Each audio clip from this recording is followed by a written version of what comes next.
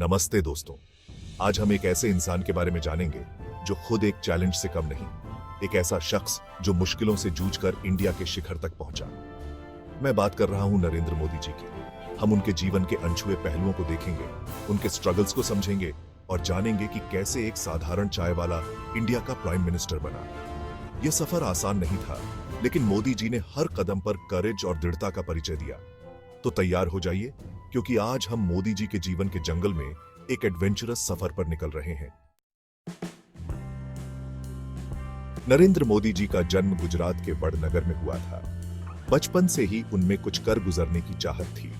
कम उम्र में ही उन्होंने अपने परिवार की फाइनेंशियल हेल्प करने के लिए चाय बेचना शुरू कर दिया, लेकिन उनकी निगाहें हमेशा ऊंचे लक्ष्य पर थीं। उन्होंने अपनी पढ़ाई जारी रखी और पॉलिटिकल साइंस में स्नातकोत्तर की उपाधि प्राप्त की। इस दौरान राष्ट्रीय स्वयंसेवक संघ (आरएसएस) से जुड़कर उन्होंने समाज सेवा का रास्ता चुना। आरएसएस में उन्होंने कड़ी मेहनत और समर्पण के साथ काम किया और धीरे धीरे संगठन में अपनी पहचान बनाई। उनके लीडरशिप क्वालिटीज और ऑर्गेनाइजेशन स्किल्स को देखते हुए उन्हें भारतीय जनता पार्टी (भाजपा) में महत्वपूर्ण रिस्पॉन्सिबिलिटीज सौंपी गईं। यह मोदी जी के जीवन का एक टर्निंग पॉइंट था। उन्होंने पॉलिटिक्स में पूरी तन्मयता से काम किया और जल्द ही गुजरात में एक जाना माना नाम बन गए।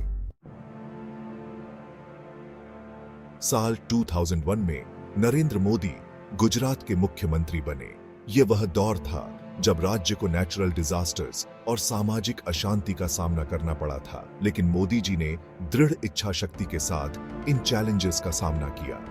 उन्होंने राज्य के पुनर्निर्माण और विकास पर ध्यान केंद्रित किया। उनके नेतृत्व में गुजरात ने इकोनॉमिक प्रोग्रेस की नई ऊंचाइयों को छुआ। उन्होंने इंफ्रास्ट्रक्चर, एजुकेशन, हेल्थ और उद्योगों के विकास पर विशेष ध्यान दिया। गुजरात मॉडल विकास और सुशासन का एक उदाहरण बन गया, जिसकी देश भर में सराहना हुई। मोदी जी ने अपने काम से साबित कर दिया कि वे एक कुशल एडमिनिस्ट्रेटर और विजनरी लीडर हैं।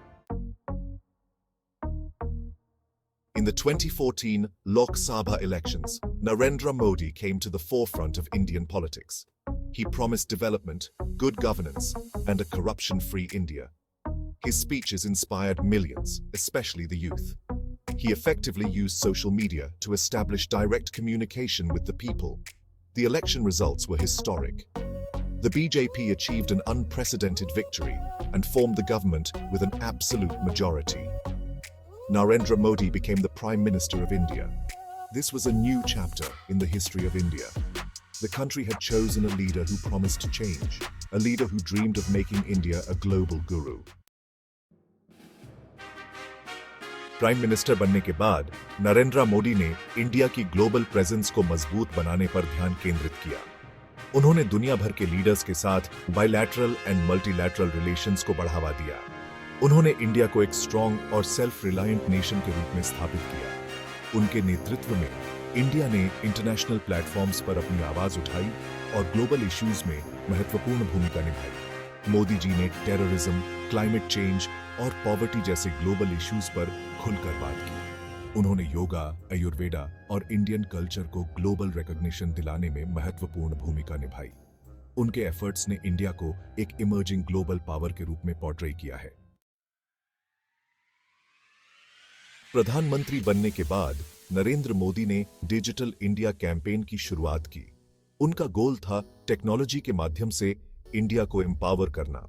इस इनिशिएटिव के तहत देश भर में इंटरनेट कनेक्टिविटी में सुधार हुआ, गवर्नमेंट सर्विसेज ऑनलाइन उपलब्ध कराई गईं और डिजिटल लिटरेसी को बढ़ावा दिया गया। डिजिटल इंडिया ने देश में एक रेवोल्यूशन ला दी। इसने न केवल लोगों के जीवन को आसान बनाया, बल्कि इकोनॉमी को भी बूस्ट किया। आज इंडिया दुनिया के सबसे तेजी से बढ़ते डिजिटल मार्केट्स में से एक है। यह मोदी जी की दूरदर्शिता का ही परिणाम है कि इंडिया आज डिजिटल रेवोल्यूशन का नेतृत्व कर रहा है। तो दोस्तों, यह थी नरेंद्र मोदी की कहानी। एक ऐसी कहानी जो साबित करती है कि डिटर्मिनेशन और मेहनत से कुछ भी हासिल किया जा सकता है। मोदी जी को अपने जीवन में कई चैलेंजेस का सामना करना पड़ा, लेकिन वे हमेशा डटे रहे और सफलता हासिल की। उनकी कहानी हम सभी के लिए एक इंस्पिरेशन है। याद रखें, जीवन एक स्ट्रगल है और हमें मोदी जी की तरह करेज और डिटर्मिनेशन के साथ इसका सामना करना चाहिए।